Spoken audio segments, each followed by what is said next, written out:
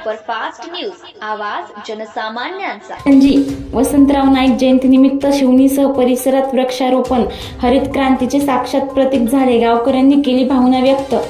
Bharat Adarsh Gram Swaraj Abhiyan BAGSA च्या वतीने 1 जुलै 2025 रोजी राष्ट्रीय चिकित्सा दिन व हरित क्रांतीचे प्रणेते माजी मुख्यमंत्री माननीय वसंतरावजी नाईक यांच्या जयंतीनिमित्त आई व मातृभूमीसाठी एक झाड हा संकल्प घेत वृक्षारोपणाचा कार्यक्रम मोठ्या उत्साहात पार पडला।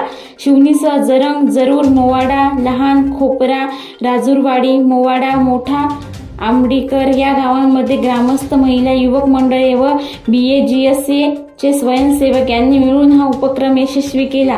प्रत्येकाने आपल्या हातून एक झाड लावून पर्यावरण संवर्धनाचा संदेश दिला। या निमित्ताने शिवणी गावात हरित क्रांतीचे महानायक माननीय वसंतरावजी नाईक यांच्या प्रतिमेचे अनावरण करण्यात आले। ग्रामस्थांनी एकत्र येऊन त्यांच्या कार्याचा गौरव करत जयंती सोहळा अत्यंत भक्तिभावाने साजरा केला।